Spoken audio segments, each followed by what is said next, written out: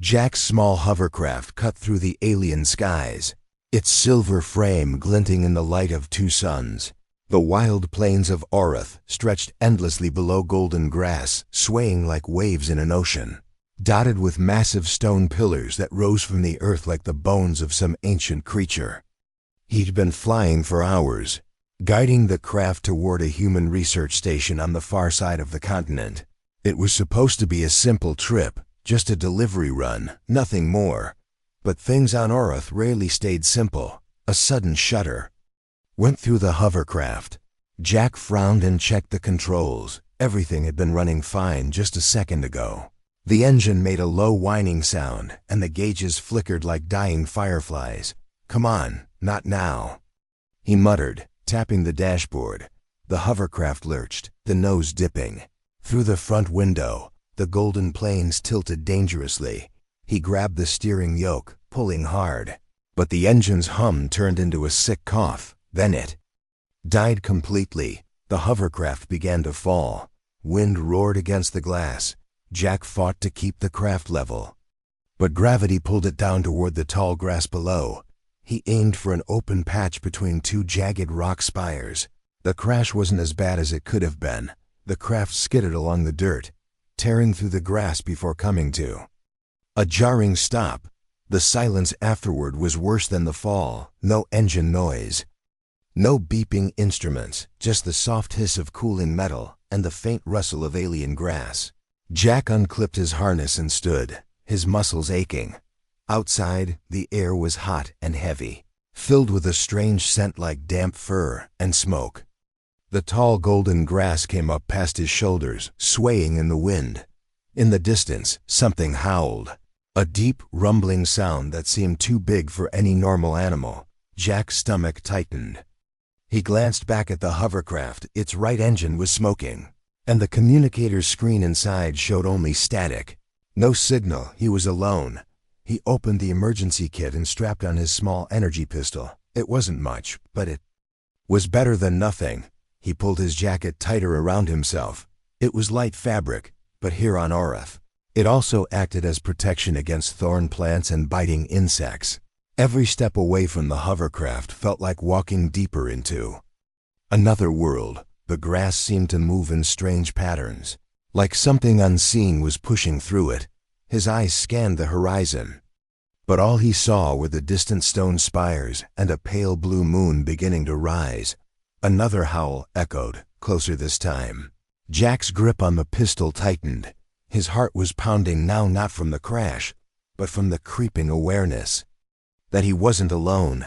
He turned slowly, scanning the grass. Something was watching him. He couldn't see it, but he could feel it, the weight of eyes following his every move. Then, a shadow shifted in the grass ahead. For a moment, Jack thought it was one of the predators he'd been warned about, massive wolf-like beasts that hunted in packs. But as the figure stepped into view, he froze. It was a girl. At least she looked like one, though her features were far from human. Her ears were tall and pointed, twitching at the slightest sound. Golden fur ran along the sides of her face, and a long wolf-like tail swayed slowly behind her. Her eyes glowed yellow in the fading light. Sharp and focused, she stood tall and still, studying him. Jack didn't know whether to lower his weapon or keep it ready. She tilted her head slightly, and then, in a voice that was deep yet soft, she spoke. "I smelled fear," she said slowly, as if testing each human word. "But also courage." Jack was too stunned to answer right away. Up close, he saw the harness slung over her shoulder, a thick, leather-like strap with metal hooks. She also carried a coil of strong rope. Why would she be carrying that out here in the middle of nowhere? "Who are you?" he finally asked. The alien girl stepped closer, her movements fluid and cautious, like a predator approaching unfamiliar prey. "I am Lyra," she said simply. "You should not be here. The night is coming." She glanced toward the darkening horizon, her ears twitching again. Then she looked back at him, her gaze locking onto his with a strange intensity. "I can take you to safety," she added, "if you can keep up." Jack hesitated. He didn't know this alien, didn't know if he could trust her. But he knew one thing for sure. Whatever was out there in the grass was getting closer. The low growl he'd heard before returned, but this time, it was just beyond the tall grass to his left. Lyra's tail stiffened, and she bared her teeth. In the direction of the sound, without looking back at him, she said, "Decide now, human." Jack took a deep breath. He had no working craft, no communication. And night was falling fast. The howls in the distance multiplied. As if answering each other, he stepped toward Lyra, lowering his pistol but keeping it ready. "All right," he said. "Lead the way." She gave a short nod and turned, her tail brushing against the grass as she moved. Jack followed her, his senses on high alert. Somewhere behind them, the sound of movement in the grass grew louder. Whatever was hunting them wasn't far, and so the human pilot and the canine alien girl began their journey into the wild. Neither of them knew if they'd reach safety. But one thing was certain, this night on Arath would not be forgotten. The grass whispered around them as Jack followed Lyra through the fading light. She moved quickly but silently, her bare feet making no sound on the soft ground. Jack tried to match her pace, but every step made the grass crunch beneath his boots. Lyra's ears twitched at every sound, and her golden eyes flicked left and right, always scanning. Jack didn't know if she was looking for a safe path or for something hunting them. They moved in single file, the tall golden blades closing in behind them. The faint glow of the twin moons began to spread across the plains, casting long shadows that danced in the wind. The night air grew cooler, but the tension in the air felt hotter, thicker, every now and then. Jack would hear a distant growl or the sharp snap of a twig.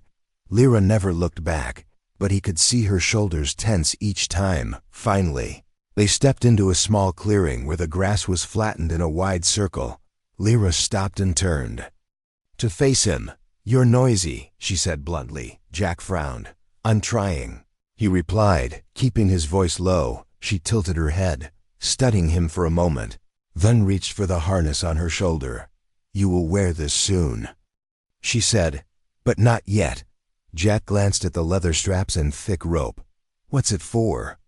he asked. "To keep you alive," she said simply. Her tail flicked once, and she looked past him toward the grass they had just come through. Jack turned to and froze. Two glowing eyes were watching them from the edge of the clearing. The rest of the body was hidden in the shadows, but he could hear slow, heavy breathing. Lyra let out a low growl, her sharp teeth glinting in the moonlight.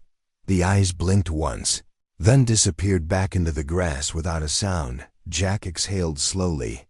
"What was that?" he asked. "One of the hunters," she replied. "They are testing us, seeing if we are worth the chase." Jack didn't like the sound of that. "Are we?" he asked, trying to keep his voice steady. She gave a small smile, though it didn't reach her eyes. "Yes," she said, "we are." Without another word, she started walking again. Jack followed, this time trying to step exactly where she stepped. They wove between the tall grass and patches of dark, thorny plants that seemed to hiss when brushed. The wind carried strange scents, some sweet, some foul. Lyra sniffed the air often, her ears turning toward distant sounds Jack couldn't hear. After some time, the ground began to slope downward, and they entered a narrow path between two tall rock walls. Here, the air felt cooler, almost damp. Moonlight barely touched the path, leaving most of it in shadow. "This way is faster," Lyra said quietly, "but more dangerous." Jack decided not to ask what she meant. Halfway through the narrow pass, Jack heard it, a scraping sound, like claws on stone. It was followed by another, then another, echoing around them. Lyra stopped and crouched low, motioning for him to do the same. From the darkness above, Jack saw a shape move, clinging to the rock wall like a spider. Its body was long and thin, with too many legs and eyes that glowed faintly blue. It made a clicking noise that made Jack's skin crawl. Lyra whispered, "Stone creeper." "Don't move fast or it will strike," Jack nodded, his grip tightening on his pistol. They inched forward, step by slow step. The creature followed them along the wall, its many legs gripping the stone effortlessly. Jack's muscles burned from moving so slowly, but he didn't dare speed up after what felt like forever. They reached the end of the pass, and the creature stopped following. Lyra straightened, letting out a quiet breath. "Good," she said. "You listen well." The plains opened up again before them, but now Jack could see faint lights in the far distance. "Is that your village?" he asked. Lyra's ears twitched. "Yes, but we won't reach it before the hunters close in." Jack didn't like the way she said it. "What do you mean, close in?" he asked. As if to answer him, a long, chilling howl rose from behind them, then another, and another. The sound surrounded them, coming from different directions. Lyra's tail stiffened, and her eyes narrowed. "They've decided," she said. "We are worth chasing." Jack's heart pounded. "How many?" he asked. "Enough," she replied. "We must move faster now." Without warning, she pulled the harness from her shoulder and handed it to him. "Put it on," she ordered. Jack looked at her, confused. "Why?" "Because when they get too close," she said, "I will pull you." He stared at her, unsure if she was serious. But the sound of the hunter's howls was growing louder. He slipped the harness over his shoulders, tightening the straps. Lyra fastened the rope to it, testing the knots quickly. When she looked at him again, there was no hesitation in her eyes. "Stay close to me, human," she said, her voice low and firm. "And whatever happens, don't let go." They started moving again, faster this time. Jack stumbled a few times trying to keep up with her long strides. The grass whipped against his face and arms. The moonlight flashed between the swaying blades, making it hard to see what was ahead, but behind them, Jack could hear the thundering steps of something big, and many somethings smaller pushing through the grass. Lyra's ears were fixed forward, her body tense. She didn't look back, but Jack didn't need her to. He already knew the hunters were almost on them, and the village lights, though closer, still looked far away. If they didn't make it soon, they wouldn't make it at all. The night air was sharp now, and every breath Jack took felt heavy. His boots crunched against the dry soil, while Lyra's steps were quick and silent.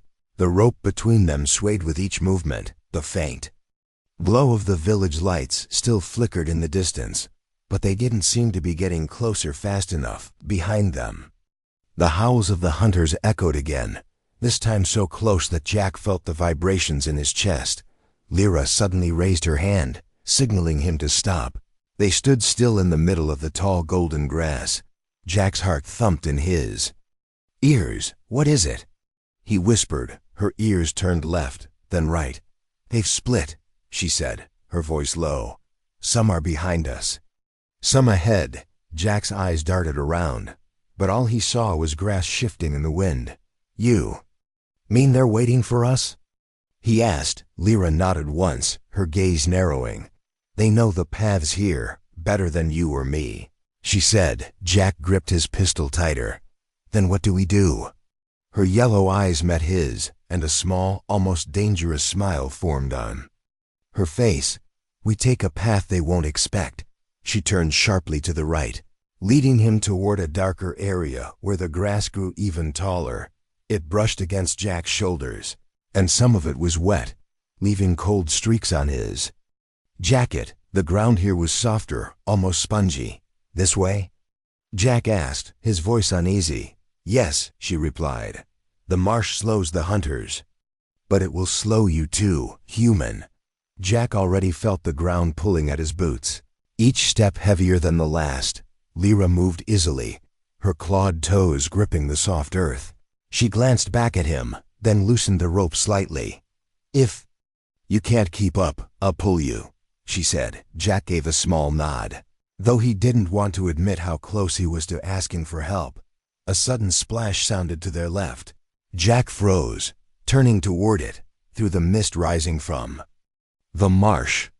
He saw ripples spreading across a shallow pool. Something was moving under the water. Lyra's tail flicked once. "Keep walking," she ordered. "Don't stop for anything." They continued forward, But the splashes grew louder, Jack's eyes darted from side to side.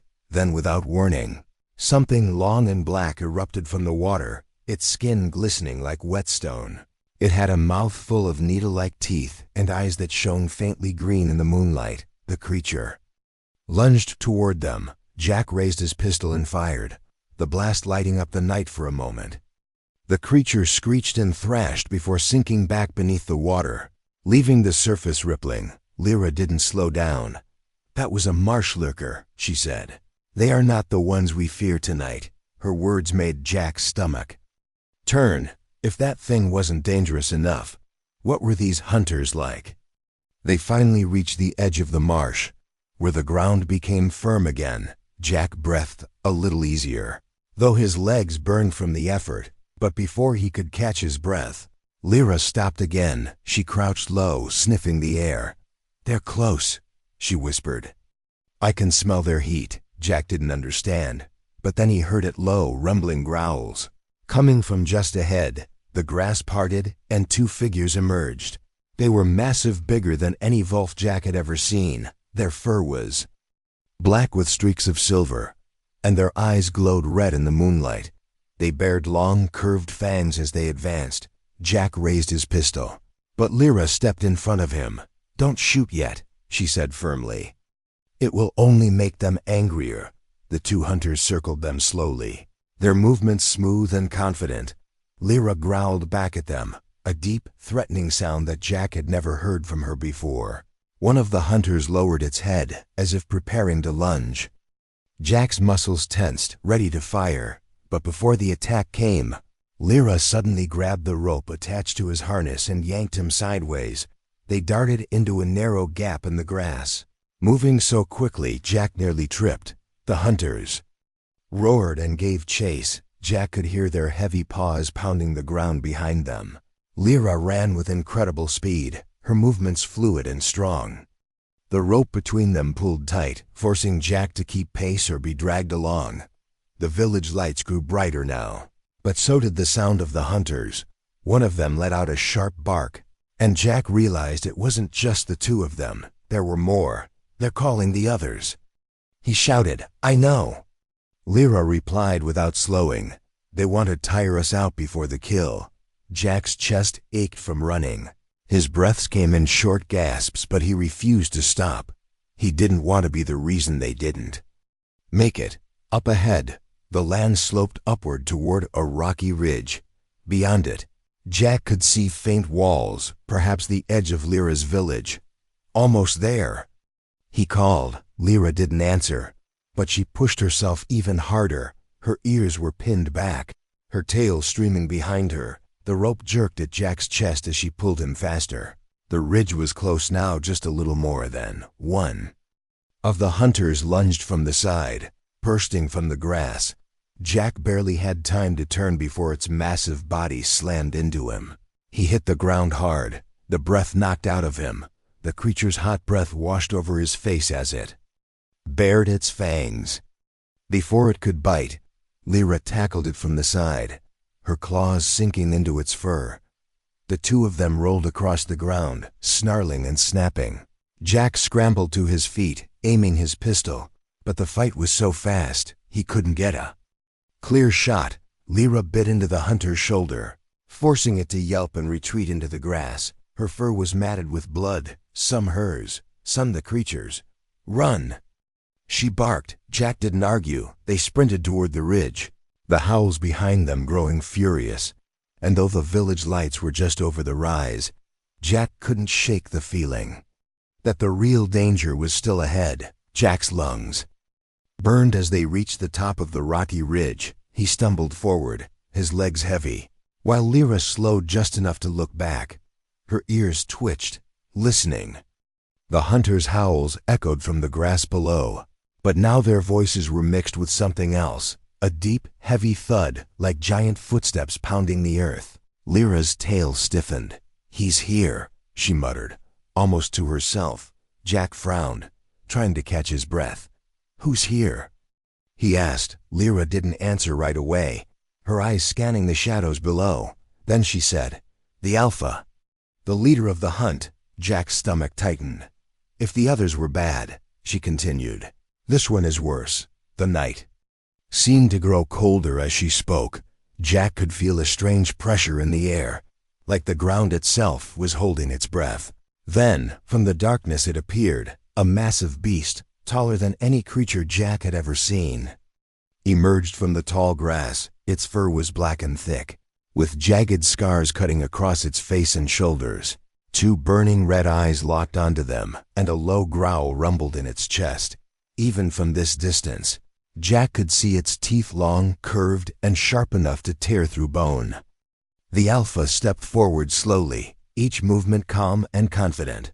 Behind it, smaller hunters emerged, fanning out in a wide circle. They were trapping them. Lyra took a step closer to Jack, her body tense. They don't want us to reach the village, she said. They want to end it here. Jack looked over the ridge toward the faint lights of the village. It wasn't far, but the open ground between them would be easy for the hunters to cross. If they ran now, they would be caught. In seconds, his grip tightened on his pistol. Can we fight them? He asked. Lyra gave a short, humorless laugh. Not without dying, she replied. We need a distraction or speed. The alpha let out a roar, and the sound rolled across the plains like thunder. The smaller hunters began to move forward. Their eyes locked on Jack and Lyra. Jack's heart pounded. He knew they didn't have much time. Then Lyra suddenly pulled the harness from her side and tossed it at him. Put it on now, she ordered. Jack fumbled with the straps, his fingers shaking. What are you planning? Something stupid, she said, tightening the rope around her waist. But it might keep you alive. Jack slipped into the harness, the leather fitting snug against his chest. Lyra grabbed the rope, testing the knots quickly. When I run, you run, she said firmly. If you fall, hold on. I'll drag you if I have to. Jack didn't like the sound of that. And the hunters? He asked. Her golden eyes flashed in the moonlight. Let me worry about them. The alpha let out another roar, and the circle of hunters began to close in. Jack's instincts screamed at him to run, but Lyra didn't move yet. Instead, she crouched low, her muscles coiled like springs, her claws digging into the dirt. Ready? She asked. No, Jack admitted. Too bad, she said, and then she ran. The rope went taut instantly, yanking Jack forward. Lyra's speed was incredible. She surged down the slope of the ridge, weaving between rocks and patches of thorn plants. The hunters roared and gave chase, their heavy paws pounding the ground. Jack's boots slipped on the loose dirt, but the harness kept him moving. The wind tore at his face, and the grass whipped against his arms. He didn't dare look back. But he could hear the hunters closing in. The alpha was faster than the rest. Its growls grew louder, and Jack could almost feel its hot breath on his back. Lyra took a sharp turn, pulling Jack so hard he nearly fell. The move caused two of the smaller hunters to crash into each other, buying them a moment, but the alpha leapt over them. Landing just behind Jack, Lyra glanced back, snarled, and pushed herself even harder, her claws tearing into the ground for more speed.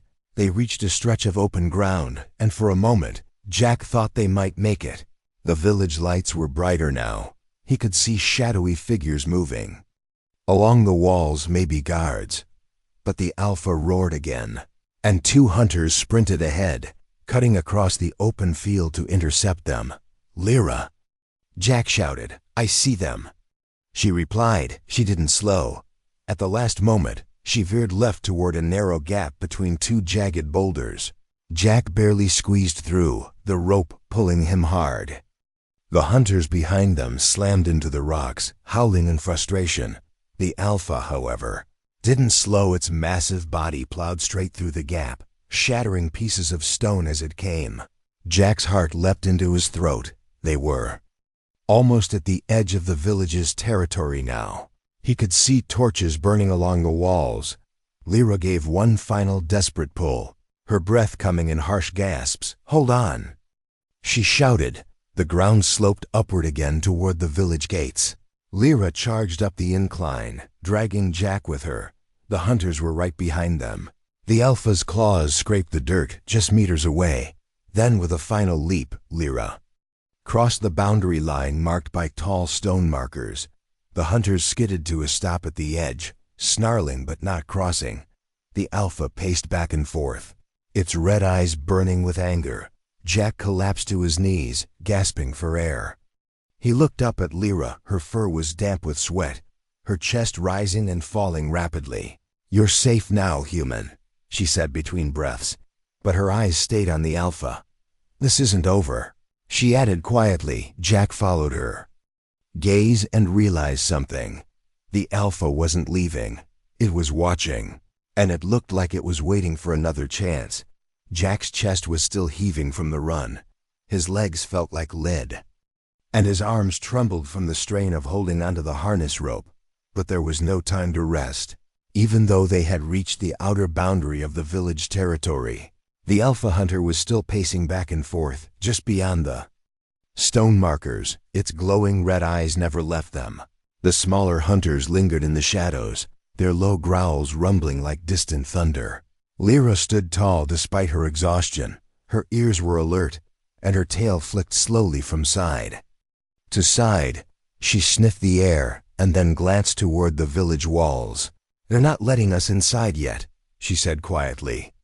Jack followed her gaze. Up on the wall, several alien guards were watching, their hands gripping long spears tipped with sharp metal. Some looked hesitant, whispering to each other instead of opening the gates. Jack frowned. "They're not going to let us in?" he asked. "Not unless I prove something," Lyra replied. Her tone was calm, but there was a shadow in her eyes. Jack didn't like the sound of that. "Prove what?" "That I can protect what I bring," she said simply, her gaze still fixed on the alpha. The air between them and the hunters felt like it was tightening. The alpha's movements became more deliberate, more calculated. It was testing the boundary, stepping close to the stone markers, then stepping back again. The smaller hunters moved in arcs, trying to position themselves at the sides. Jack realized the danger if they could pull him out beyond the markers. The safety of the village territory would mean nothing. Lyra's eyes narrowed. "They're planning to rush us," she said. "How can you tell?" "Because that's what I would do," she replied with a thin smile. Before Jack could respond, the alpha let out a deep, rumbling roar. The sound seemed to shake the very ground beneath them. Then the hunters charged. Lyra reacted instantly, grabbing the rope connected to Jack's harness. "Hold on tight," she shouted. Jack barely had time to brace himself before Lyra bolted forward, not away from the hunters, but toward them. The sudden move caught the predators off guard, forcing them to adjust their attack. At the last second, Lyra spun around the nearest stone marker, pulling Jack in a sharp arc that kept him within the safe zone, while throwing the hunters off balance. The alpha snarled and lunged, its massive paw swiping just inches from Jack's chest. Lyra yanked the rope hard, pulling Jack behind her as she leapt to the side. They moved like they were connected by instinct. Every pull of the harness brought Jack exactly where he needed to be, out of reach of snapping jaws and slashing claws. The hunters regrouped quickly, their red eyes glowing brighter in the darkness. Lyra's breathing was heavy, but her movements stayed sharp. "Jack," she said between breaths, "if they break through here, we run for the east gate, not the main one." "Why?" "Because the east gate is guarded by my kin," she replied, "and they will let us in without questions." Another wave of hunters charged, this time trying to come from both sides. Lyra sprinted forward, dragging Jack with her, then sharply doubled back. The sudden change in direction caused the hunters to collide with each other, snarling and snapping in frustration. Jack could barely keep his footing, his heart pounding in his ears. The rope between them jerked and pulled with every move, but somehow Lyra kept control. The alpha didn't join this attack, it just watched. Waiting, Jack realized it was studying her movements. "It's learning your tricks," he warned. "I know," she said. "That's why I only have one left to use." Before he could ask what she meant, the alpha finally made its move. It charged directly at them, its massive body moving with terrifying speed. Lyra didn't run this time. Instead, she crouched low, tightening her grip on the rope. When the Alpha was only a few meters away, she suddenly darted to the side, pulling Jack with her. The Alpha's momentum carried it past the stone markers, just barely into the safe zone. The guards on the wall reacted instantly. 3 of them hurled long spears, striking the Alpha in its shoulder and side. The beast roared in fury, staggering. Back beyond the boundary, the smaller hunters snarled but didn't cross again. Jack's legs nearly gave out from the adrenaline. "Was that your plan?" he panted. "Yes," Lyra said simply. "They won't test the boundary again tonight." The guards on the wall finally shouted for the gate to be opened. The heavy wooden doors creaked as they swung inward, revealing the warm glow of fires and the scent of cooked meat. Lyra led Jack inside, still holding the rope in her hand as if she wasn't ready to let go. As the gates closed behind them, Jack looked back one last time. The Alpha stood in the darkness, its glowing eyes locked. On him, it didn't roar or snarl this time, it just watched. And Jack knew, deep down, that this wouldn't be their last encounter. The heavy gates shut behind them with a deep, echoing thud. For a moment, Jack felt a wave of relief wash over him. They had made it inside. They had escaped the hunters. But that relief didn't last long. Lyra was still holding the rope of his harness, her golden eyes scanning the walls as if danger could slip through at any moment. Inside the village, the air was warmer, lit by dozens of fire pits and lanterns. The houses were made of wood and stone, with tall roofs shaped like pointed ears. Strange symbols were carved into the gates and walls, protective marks, Jack guessed. But instead of greetings or smiles, the villagers stared at them in silence.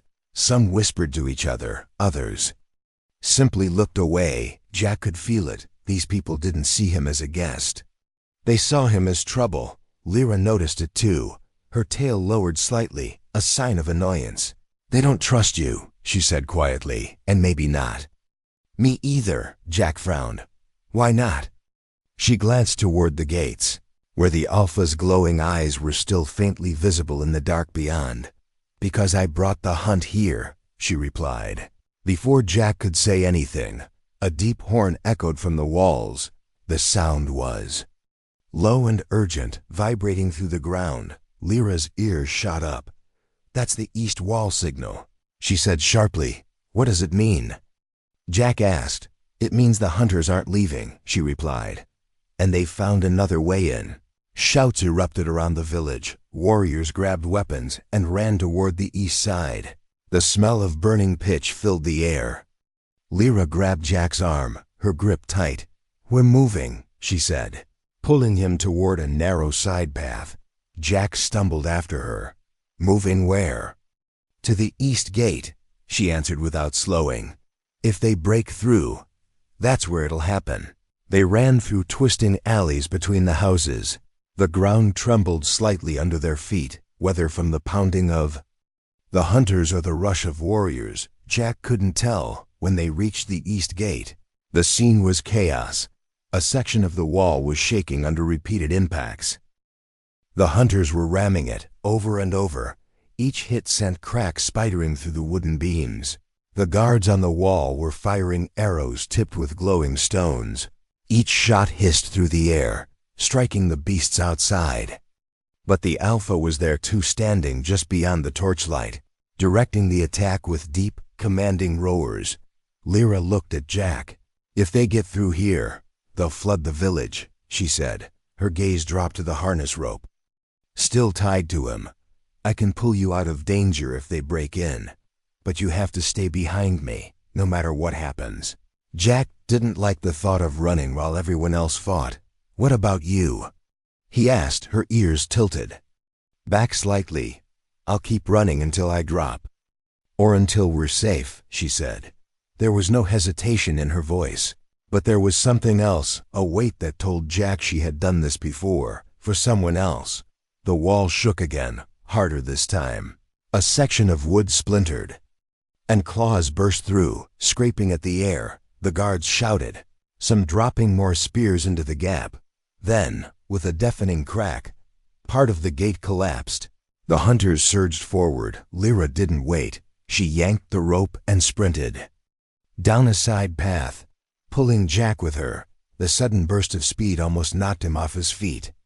The ground blurred under him as she ran, her claws digging into the dirt for traction. Behind them, roars and screams filled the air. The hunters had made it inside. Jack's heart hammered in his chest. He glanced back and saw 2 hunters barreling toward them, their glowing eyes locked on him. Faster! He shouted. Lyra's only answer was to run harder. The rope between them stayed tight, keeping him close. Every time his boots caught on a loose stone, the harness jerked him forward, saving him from falling. They weaved between houses, dodging baskets, barrels, and startled villagers. The smell of smoke grew stronger. Somewhere behind them, a roof caught fire, casting a red glow over the chaos. Lyra skidded around a corner, the force pulling Jack sideways. He barely managed to keep his balance, his shoulder brushing against the wall of a building. Up ahead, he saw a break in the outer wall, an emergency exit leading into the open plains. 2 guards stood there, waving frantically for them to hurry. But Jack also saw movement in the grass beyond the opening. The hunters were circling, waiting for them to leave the safety of the walls. Lyra slowed just enough to shout to the guards, "Close it after us." The guards nodded, understanding immediately. Jack realized her plan: get out before the hunters inside reached them, then outrun the ones outside. It was insane, but it was the only way. They burst through the opening, the rope snapping tight. As Lyra accelerated again, the night air hit Jack like a cold wave. The grass whipped against his legs. The hunters outside roared and gave chase. Lyra's speed was unbelievable, her powerful legs carrying them across the open field like a streak of gold and shadow. The harness kept Jack moving, even when his tired legs wanted to give out. The ground was uneven, full of dips and stones. More than once, Jack tripped, but the rope jerked him upright before he could fall. The sound of pounding paws grew louder. He didn't have to look back to know the Alpha was among them. "Where are we going?" He called over the wind. "To the cliff path," Lyra shouted. "What's at the cliff?" "Not them," she said simply. Jack didn't know what she meant, but he trusted her now more than he trusted his own instincts. The distant howls of frustration told him they were outpacing some of the smaller hunters. But the Alpha was still there, its growls closer with every heartbeat. The cliff path came into view, narrow trail carved into the side of a massive rock face. Lyra didn't slow. She yanked Jack onto the path, forcing him to keep his balance on the uneven stone below. The dark waters of a river crashed against jagged rocks. One wrong step here, and they'd be gone. The hunters reached the base of the path. But they didn't climb right away. They paced, snarling, as if waiting for the perfect moment. Lyra stopped halfway up, listening. "They won't follow us here," she said, her chest rising and falling with each heavy breath. "They can't risk the fall." Jack leaned against the rock wall, exhausted but alive. For now, at least, they had escaped. But as he looked at Lyra, her fur still bristling, her eyes scanning the darkness below, he knew she was thinking the same thing. This wasn't the end. The Alpha would try again. The wind at the cliffside was cold, carrying with it the scent of the wild plains below.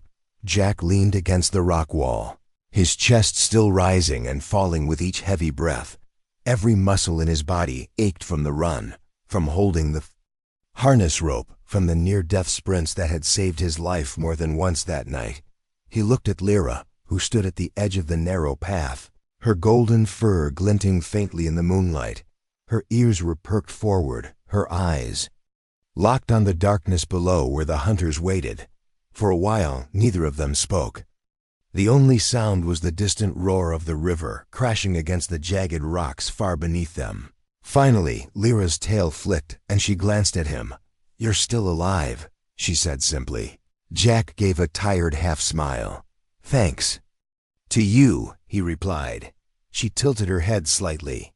"You didn't give up." Most would have. The rope between them still hung loose, connecting his harness to her waist. It was almost symbolic, now a reminder of how she had pulled him through the night. Through danger after danger. Jack's eyes dropped to it, then back to her. "I owe you my life," he said. Her gaze softened for the first time that night. "You owe me nothing," she replied.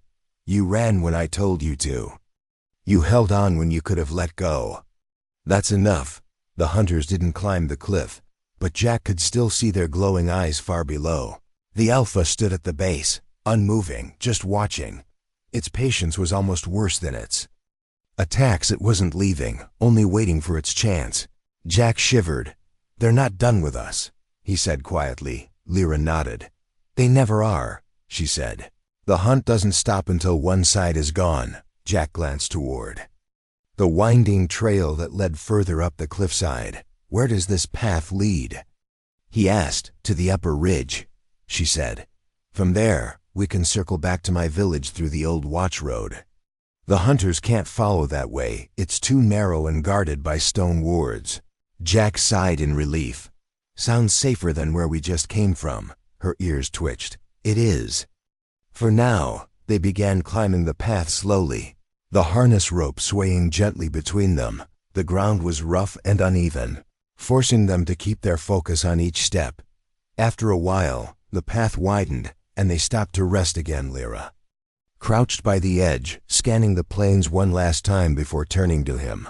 "You fight differently from my people," she said. Jack raised an eyebrow. "Differently?"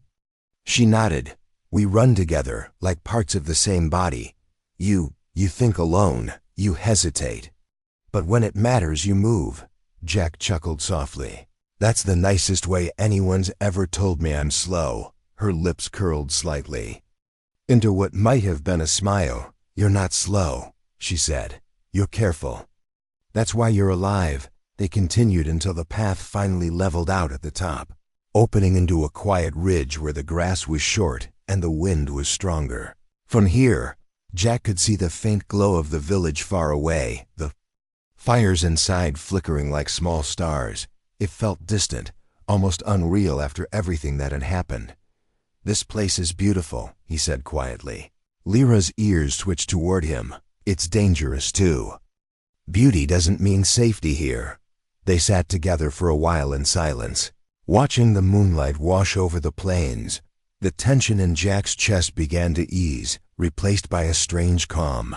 He realized how strange it was that he trusted her completely now. Hours ago, they had been strangers now. He knew she had risked her life for him more than once, without hesitation. Finally, Jack spoke. "Lyra, you didn't have to help me. You could have left me with my crashed craft." Her eyes stayed on the horizon. "My people believe in the bond of the hunt," she said. "When two lives run together against the same danger, they become linked. Even if they are different. Even if they don't speak the same way." Jack looked at her, understanding in her tone what she wasn't saying. She saw him as part of her bond now. The thought settled deep inside him.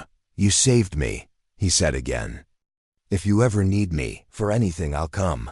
Her eyes finally met his, and for a moment, the fierce hunter's mask slipped, revealing something warmer beneath. "I will remember that, human," she said softly. A faint sound broke the quiet, the distant howl of the alpha. It was far now, but its voice still carried on the wind, a reminder that the night wasn't truly over. Lyra's tail swayed once. "They'll follow again," she said, "but not tonight. Tonight we rest." They set up a small camp on the ridge, using a flat stone wall as a windbreak. Lyra built a fire with practiced ease, the flames casting a warm light over her fur. Jack sat beside it, feeling the exhaustion seep from his bones. For the first time since the crash, he felt safe, at least for the moment. As the fire crackled, Jack noticed the rope still connecting them. He reached for it, starting to untie it, but Lyra stopped him with a light touch on his hand. "Leave it," she said, "until we are truly safe." Jack nodded. Somehow, the weight of that rope no longer felt like a burden. It felt like a promise. They didn't speak much after that. The fire's warmth, the quiet of the ridge, and the faint silver light of the moons above made words unnecessary. Jack leaned back against the stone wall, his eyes growing heavy, the last thing he saw before sleep took him was Lyra, sitting at the edge of the camp, her ears turning at every sound, still watching over him, and somewhere deep inside, Jack knew this wasn't the end of their story. The plains, the hunters, and the Alpha would come for them again, but when that time came, they would face it together, as two lives bound by the same run.